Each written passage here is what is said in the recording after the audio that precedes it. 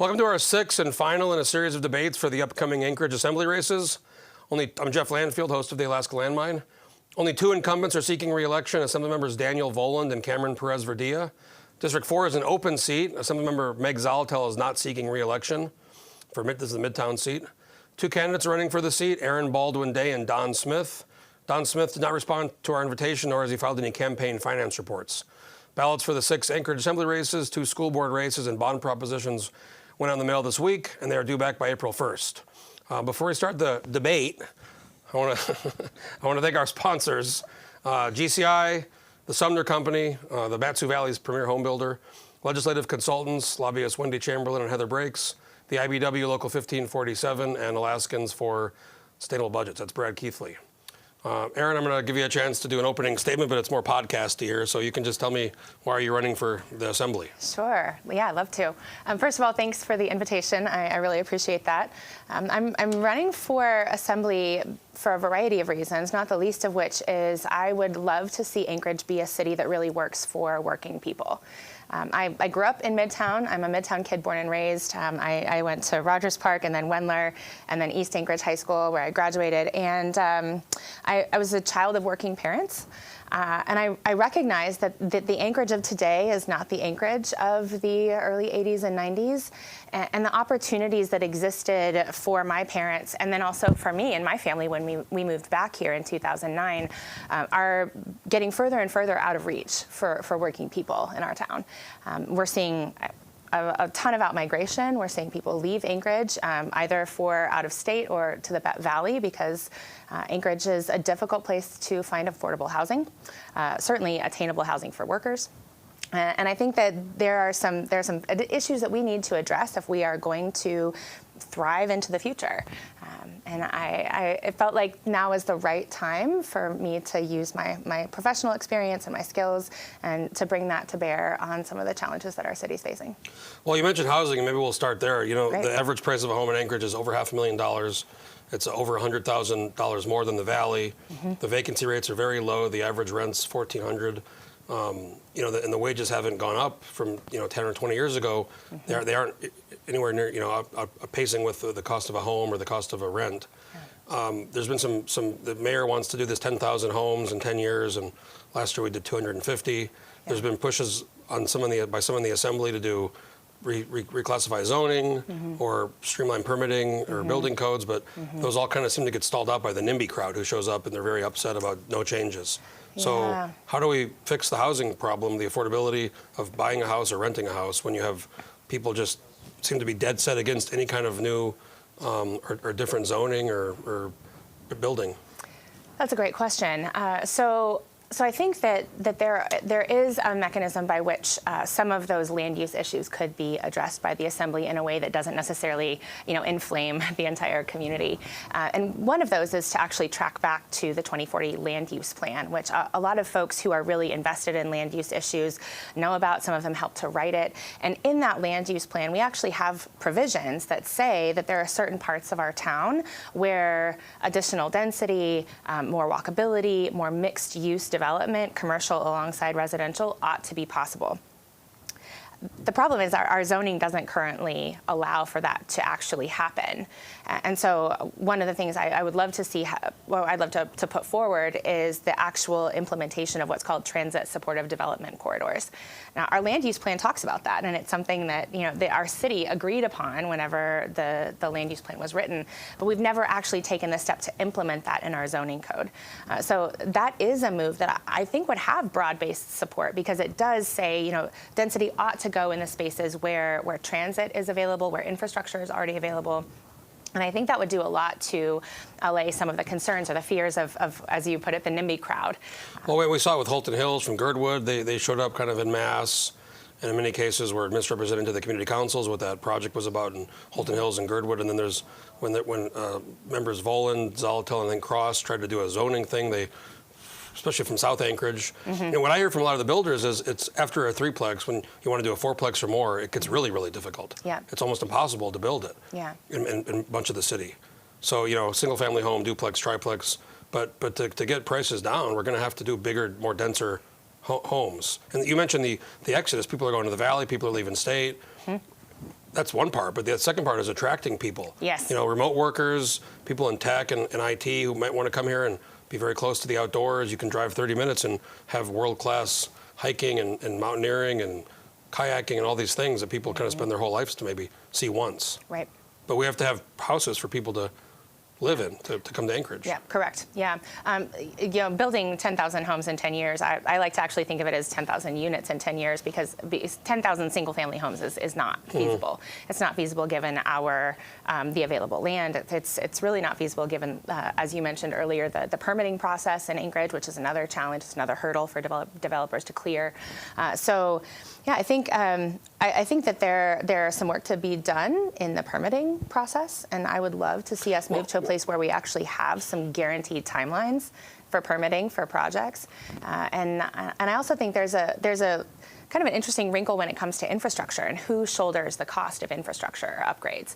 And right now, that cost falls entirely on the backs of developers. And so if you want to build a fourplex or you want to take, let's say you want to take a single family home and convert it into a duplex or a triplex, any infrastructure upgrade the developer is responsible for financially.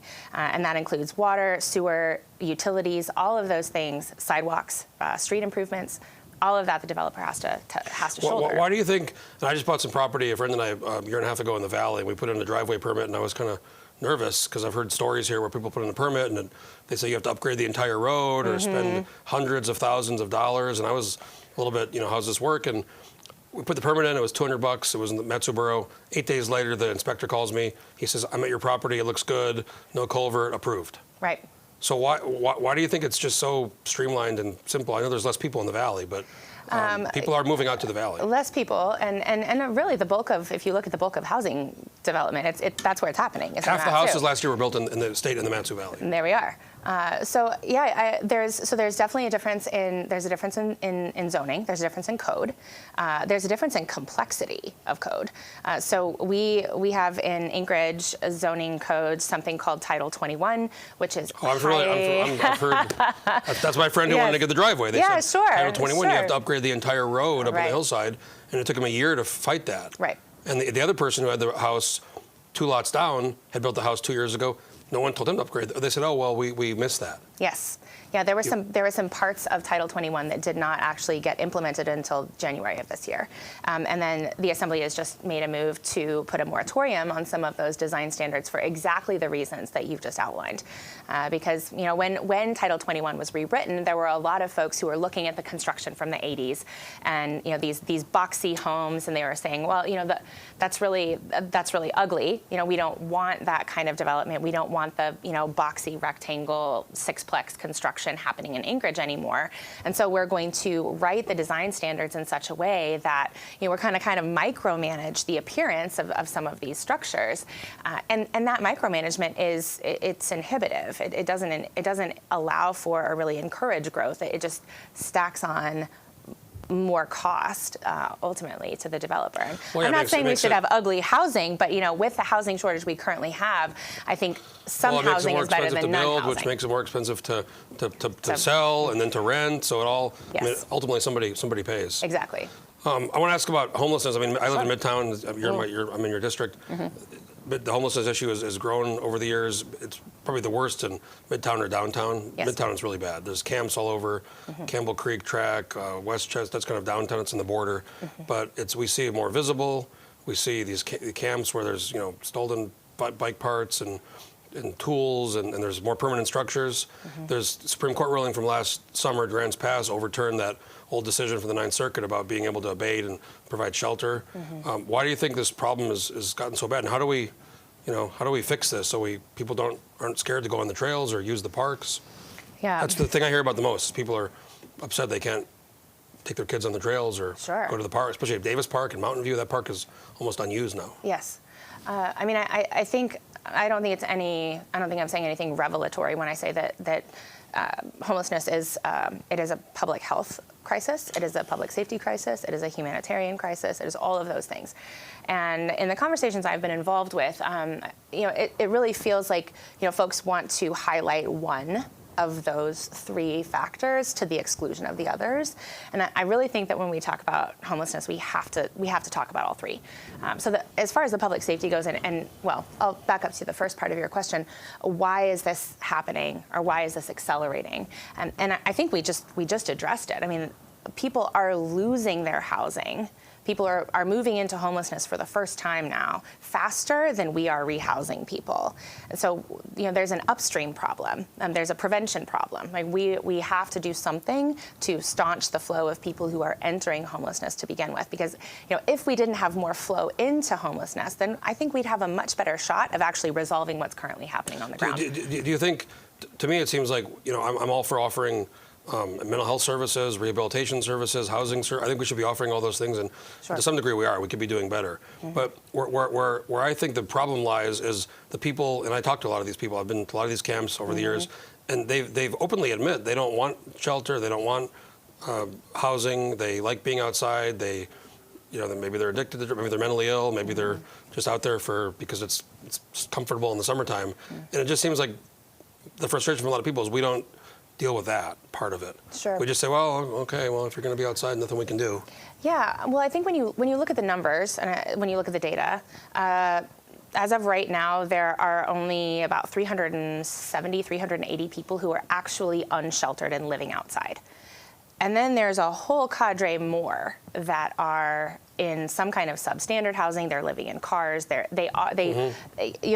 think when we talk about the preponderance of folks who are unhoused. Well, some of the people we see out there, and I've come across many of these people who again, you don't know, grain of salt, but Sure. they have a place to stay, they have an apartment, but their friends are outside. Right. And that's where it's fun to kind of drink or party, or you see the needles out there, you see the alcohol bottles out there. So there is some people who are outside for sure that have a place to stay. Yes. But they've been outside before, their friends are out there, especially in the summertime, it's not too bad. They got the creek and people go fishing.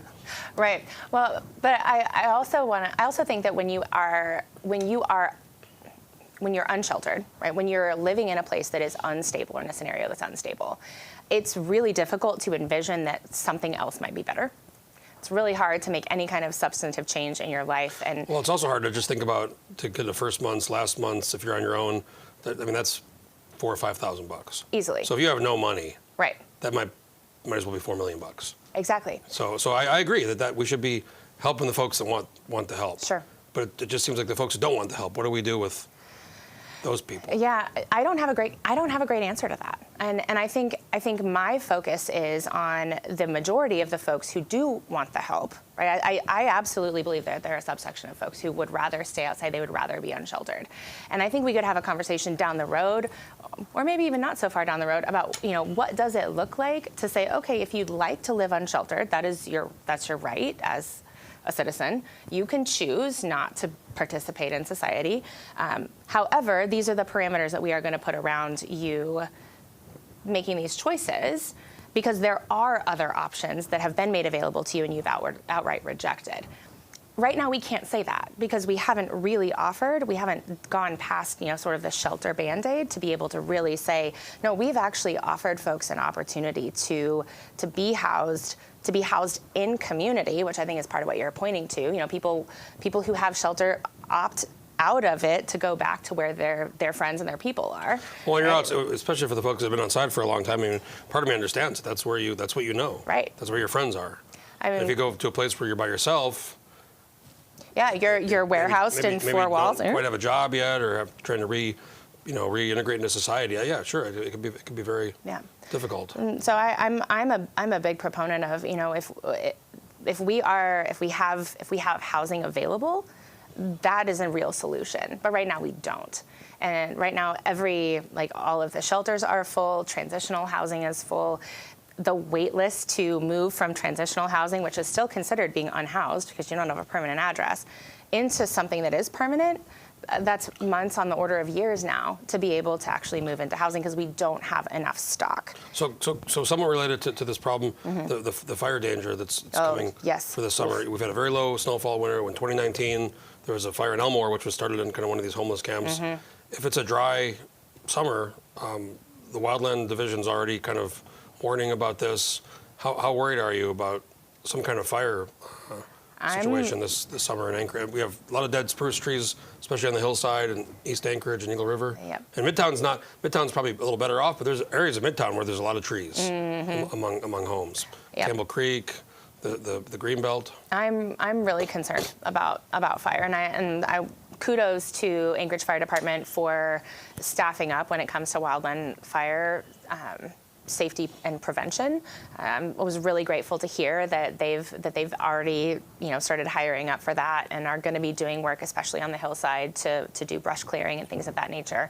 I think we're going to have to be really vigilant as a community this summer, and I hope that becomes a much broader conversation, that open fires this summer are not going to be a smart idea, and not just in terms of homelessness, but what are people doing in their own yards when you go camping? Part of the problem is we're going to have a big problem. Tons of municipal land, but then you have state land in the Chugach Park. Then you have federal land, and then you have private property. Right. And you can't force private property owners to do things. But if you're living in an area where your house is surrounded by dead trees, we should encourage you to make for everybody. It's not just your own safety, but for everybody. Because when a fire starts, I've seen dead spruce trees go up, and it's like a match. Absolutely. It's like that, and it's very hot, and it's very quick. Yeah, and I think that's a place where, I would love to see neighborhoods, I'd love to see community councils doing their own sort of fire safety mitigation and actually looking around their neighborhood to say, okay, as neighbors, right, as people who live together in, relatively close proximity, what are we really looking at in terms of fire safety? Conflict. I'm a little more libertarian in this, live and let live. Sure. But so I don't think we should be messing. Government should protect people from one another. But if you're a neighbor, I don't want you or anybody or the government to tell me what to do. But if they're doing things which could endanger me, that's how do you draw that line of this person has a bunch of dead trees in their property and they say, well, I don't want to deal with it or pay for it, and then there's a fire. Sure. Well, then the neighbors' houses or everybody's houses could go up. Yeah, I think that's where really having community conversations, actually, empowering people to have those dialogues with their neighbors ahead of time. And I think this is a place where, Anchorage Fire Department, which is technically a government staffed entity, has a role to play, because we do need to understand what the fire risk is in our individual neighborhoods. And I think going to a neighbor in advance and saying, hey, I'm concerned about this spruce kill in your front yard, is the reason you're not addressing it a financial thing? Is this the sort of thing where, if a bunch of us with chainsaws came over and just, took these trees out, you'd be okay with that? It's like anything. It's like if you don't fix your tooth, it might cost you $500. If it dies and you need a root canal, it's $10,000. It's $5,000 or whatever. It's like the money saved by dealing with it, mitigating it, compared to the after effects of it. And it's just not even close. Right, the ounce of prevention or the pound of cure. And I think what we're looking at this summer is a prevention conversation. What can we all be doing to mitigate fire danger? My concern is enough people aren't aware of it. So it's getting people aware. Hey, if we have a dry 2019 summer where it was 190 degrees. Remember that? It was holy smokes. Yes. You couldn't buy a fan. People were just going in your cars and turning on the air conditioner. It was right? 88 degrees. My condo is southern facing. It was 88 degrees in my house. Oh yeah. We have southern facing windows all along the side of our home, and it was an oven. We had all the doors, all the windows open, all the fans on, and it was still 88, 89. It was pushing 90 degrees in my upstairs. It's wild. So. I know you've lived here a while. You're a long time, your whole life. You've paid attention. Why do you think it is that this cycle there's very few candidates? Of the 16 candidates for all the seats, only 9 have filed campaign finance reports. Some are exempt, or some aren't raising money. In your case, it's Midtown, so it's just you and Don Smith, who was on the Assembly, I think, in the 70s. Correct. He hasn't raised any money, reported any money. Other races, it's one person's raising money, and there's just not a lot of. In 2022 and 2023, there was Bronson in the Assembly, and you see a lot of candidates, or you saw 2 very well-funded candidates. You're running kind of. I'm going to go ahead and say you're going to win this one. So I hope so. Why do you think there's just lack of interest in candidates and also just fundraising? Yeah, first-time candidate. It's hard for me to point to a specific reason. Although most of the folks I've chatted with agree with you. It's been a very sleepy election cycle. Not many signs. No, not many signs. I think 2 things. One, I think people are exhausted. I think people are just wiped out on One of the things politics right now. one of the other candidates brought up was the presidential election, the congressional election with Nick Baker. You had the legislative. Yep. So in November, we did have a lot of things, big things happening, which always happens every 2 years. But in this case, it was a lot going on. And the ballot measure, the repeal of the ranked choice vote, that was a lot of stuff coming at the voters. Yeah, I think people are exhausted. And I think specifically with respect to municipal politics, I mean, looking in the rearview mirror here a little bit, the assembly has been, being an assembly person for the last several years has been a pretty contentious. Oh, well, that's the second time that happened. The other, it's no big deal. Just grab the mic. The other, Angela Frank dropped her microphone too. Right out of my pocket. Are we still good on the sound, folks? Still on? We're still good. Okay. That's the second time in a row that happened. I'm gonna not put that back in my pocket. You can put it on the table if you want, or you can hide it in the pocket. We'll just make sure it's clipped in. We were talking about the assembly, the contentious relationship with Bronson. That got very. I was in a lot of those meetings, those mask mandate meetings. And oh my goodness, things got heated. It got loose. It did. It did. And I think for folks who are considering public service, you look at that and you go, do I want to wade into that water? I mean, do I want to, potentially be on the dais when I tell people, and I'm not. Things get crazy. I'm not even exaggerating. I don't think you could pay me. I don't think any amount of money really could get me to be on the. Because it's not just that, but it's also just those meetings every other till midnight, and then the work sessions. I mean, it's basically a full-time job. Oh, it's absolutely a full-time job. It doesn't pay anywhere near enough to be a full-time job. I think that is a barrier for some people who would be amazing candidates. They'd be amazing, at the work. But I think how contentious that relationship has been between the assembly and the administration, I think that's a barrier. Do you think maybe now, because most of the people in the assembly are more progressive leaning, and now the mayor is, there's maybe not as much of a reason to have because before they were trying to protect the progressives on the assembly were trying to protect their conservative bloc, their veto-proof majority, and now it's a little more maybe in line, the mayor and the assembly. Yeah, I think historically, when you look back at the most successful.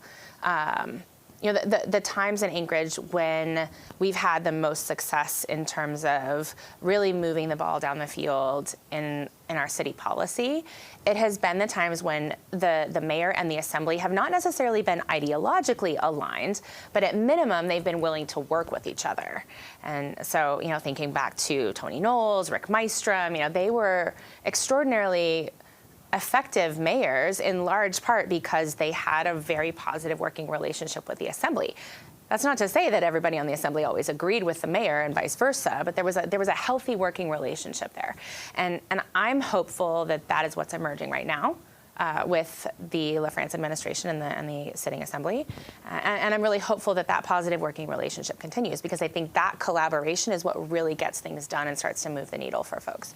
So I want to ask you about the sales tax. There's been some talk going back about a year. The Anchorage Economic Development Corporation proposed a 3% sales tax, and then there's been iterations of that in the assembly. It's kind of not dead, but it's on hold. There was some talk about having the vote be on this election, 60% to approve anything like that.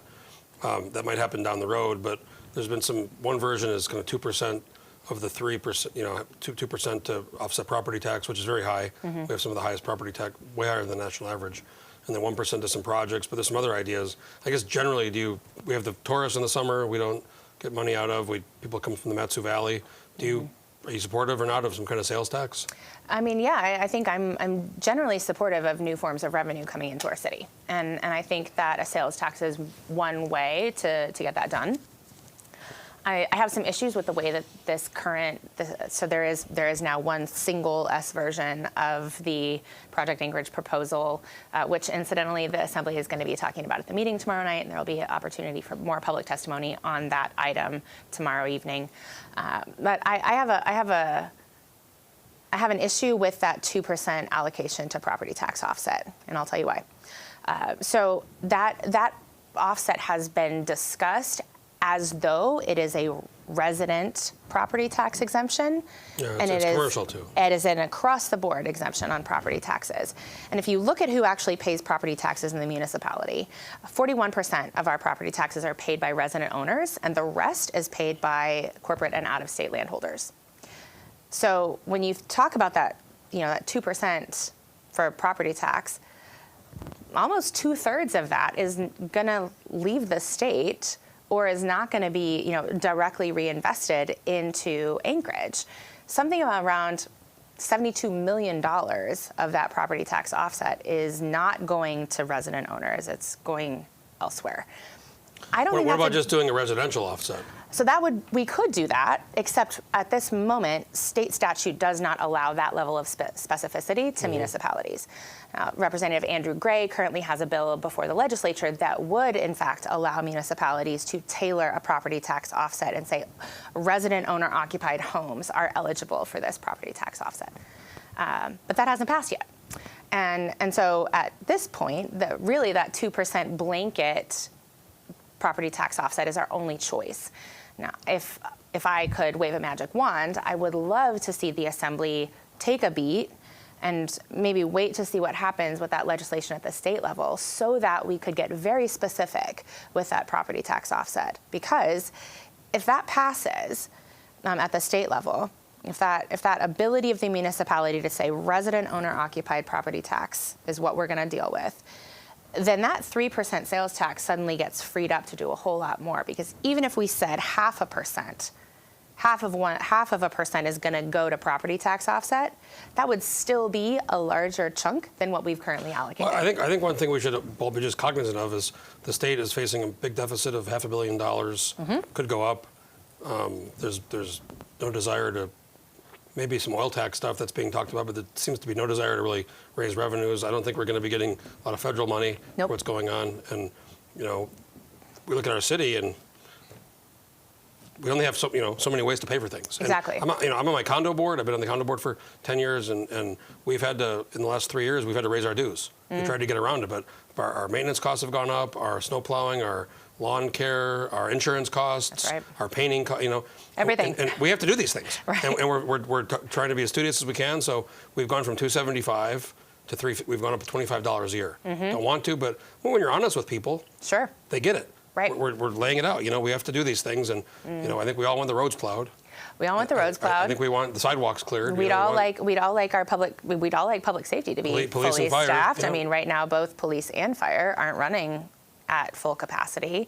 In fact, our fire crews are running at a one-man deficit on every rig, which that's a nationally set bar, and we are currently not meeting the bar in Anchorage. So, yeah, I mean, I think we absolutely need to be thinking about where our revenue is coming from. I would just love for us to be way more strategic about it and say, hey, this is the sales tax.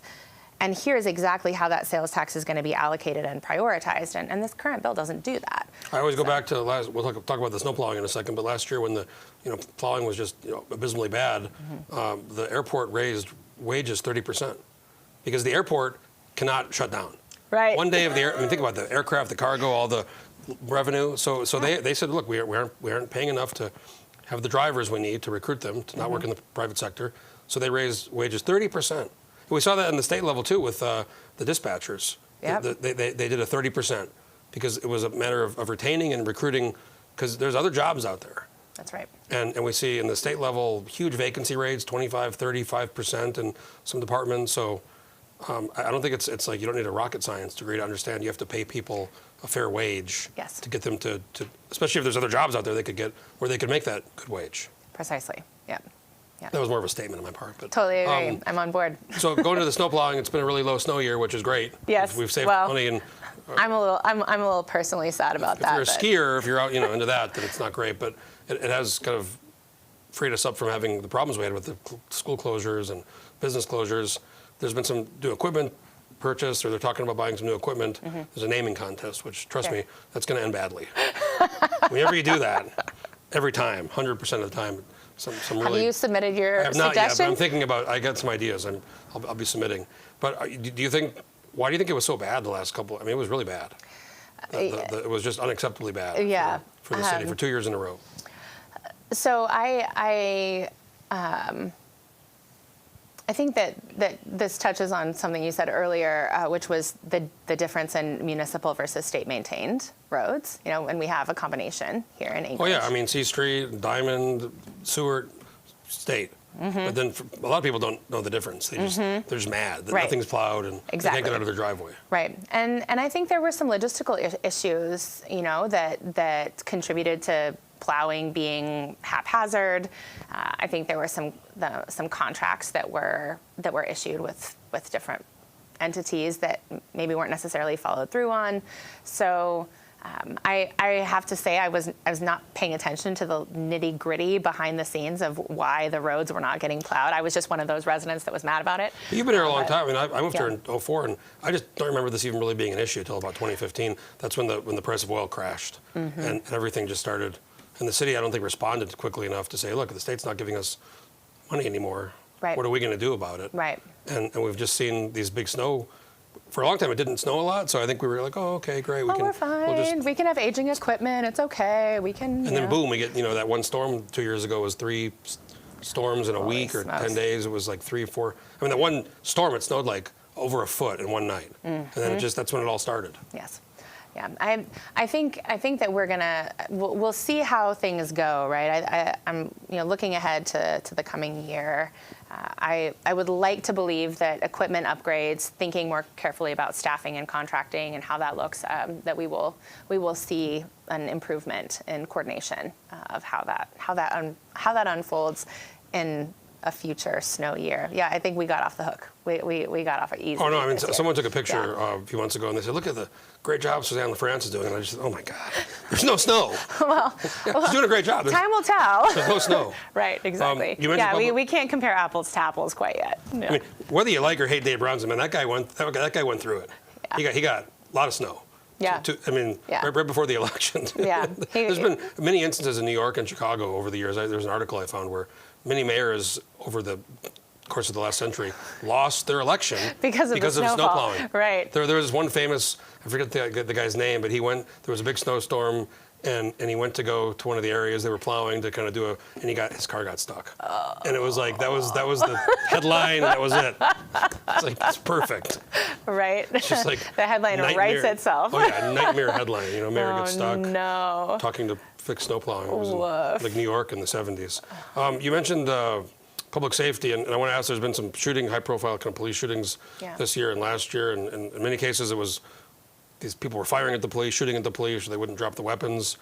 Some people are saying we need more civilian oversight, but other people are saying the cops are scared to do their jobs because there's so much scrutiny when something happens. Right. What do you think about all this kind of attention on the police and these different calls for different actions? Yeah, that's a great question.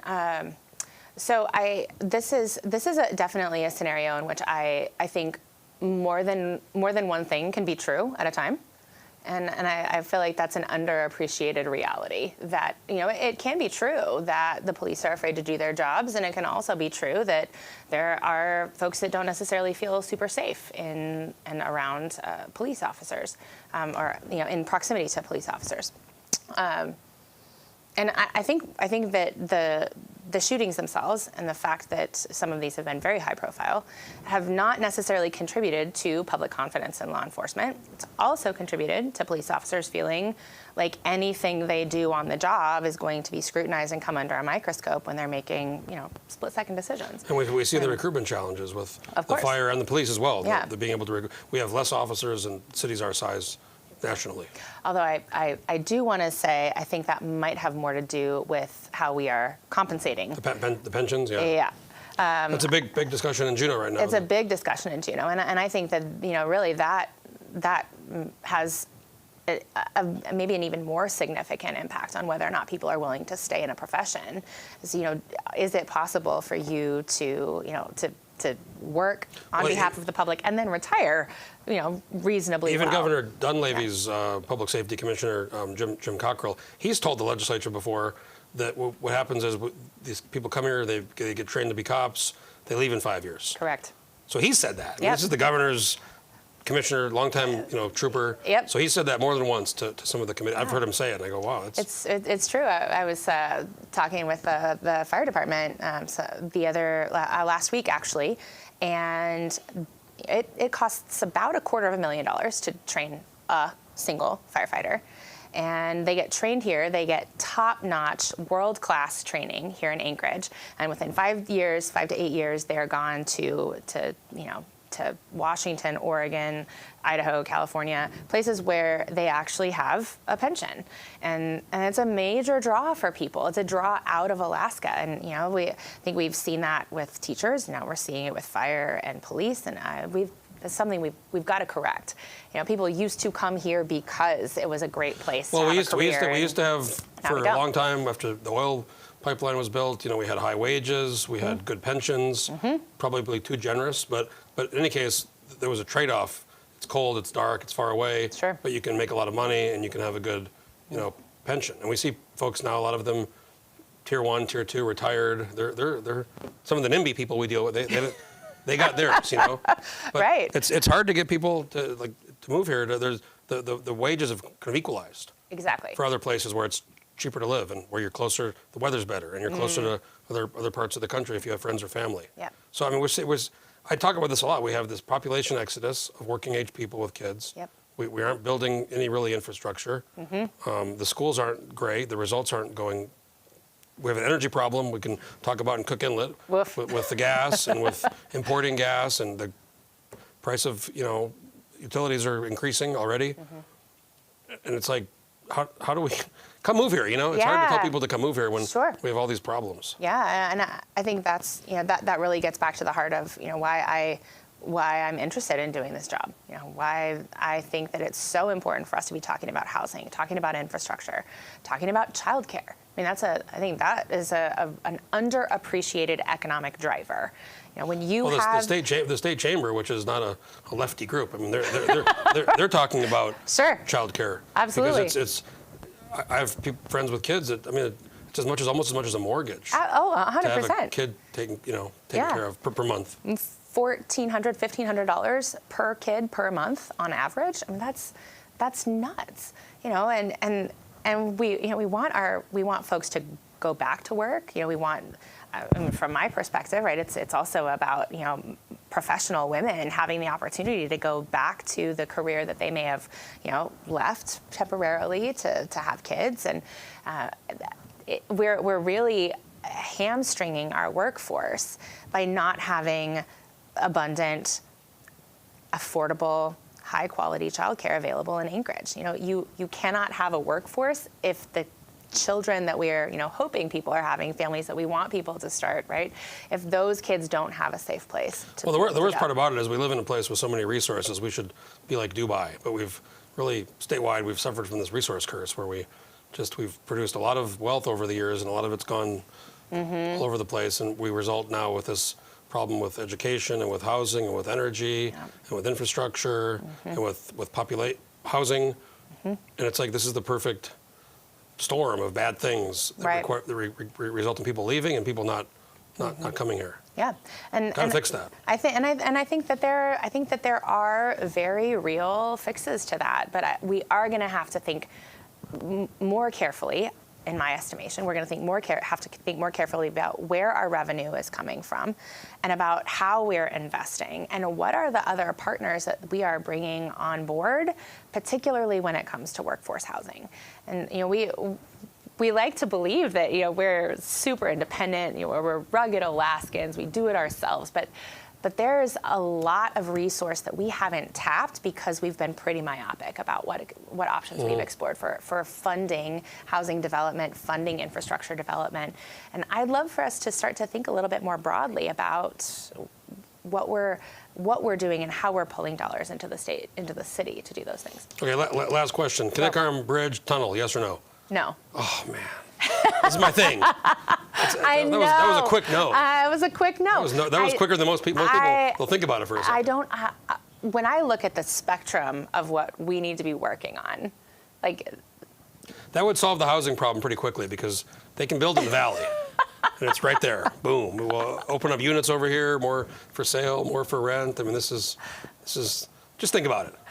I will file that away. Okay. I will file that away. They're talking about a tunnel. They are talking about a tunnel. A bridge seems like I'm okay with either one. Fool's errand to me. I'm okay with either one. I'd love to see the tunnel spec'd out. I have not seen any of that. Even remember years ago, 10 years ago, they were talking about doing the catamaran, the ferries. Yes. And then they couldn't build the other side, or there was like because some people in Anchorage get mad about losing property tax, Sure. which I think would equal out anyways. But they sold those ferries. I think they sold them to some other country. The Matsu Borough bought it, one of those ferries. That'd be fine. Just go back and forth put the car in the fine.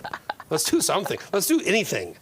You know, we gotta do something. If while we're talking pie in the sky, I mean, let's just put a commuter rail between Anchorage and the Valley. We should have from the airport. I'm serious. We should commuter have rail. You get to the airport, you should be able to get on the train. Boom, go to the Valley. I would love for us to build out that. 100% should happen. And honestly, as someone who reverse commuted for a while back and forth from Anchorage to Palmer, when the highway that's a rare one. Oh, when the highway is sketchy, I would much rather get on a commuter rail and read a book from Anchorage. Where I grew Valley. up, they Yes, put in please. Albuquerque. They put in this thing called the Rail Runner.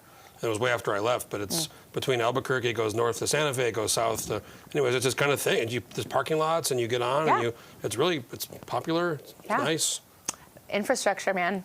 Infrastructure. We got to do something. Yes, I totally. Well, agree. Erin Baldwin Day, thanks for coming to the show. Absolutely. Again, your opponent didn't show up, but I feel like you got this one. Thank you. You're raising money and campaigning, so. Yes, working hard. The ballots went out last week on Tuesday. They're due back on April 1st. I want to thank Erin Baldwin Day from Midtown District 4 for coming onto the show.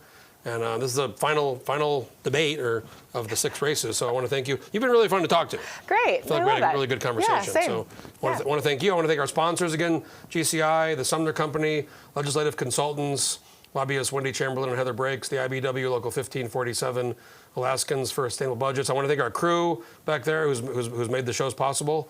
And again, Erin Baldwin Day, thanks for coming on the show. And folks, make sure to follow me on the landmine for all the stuff coming out of Juneau. It's crazy down there, and we're only not even halfway through the session. So thanks again, and we'll see you next time.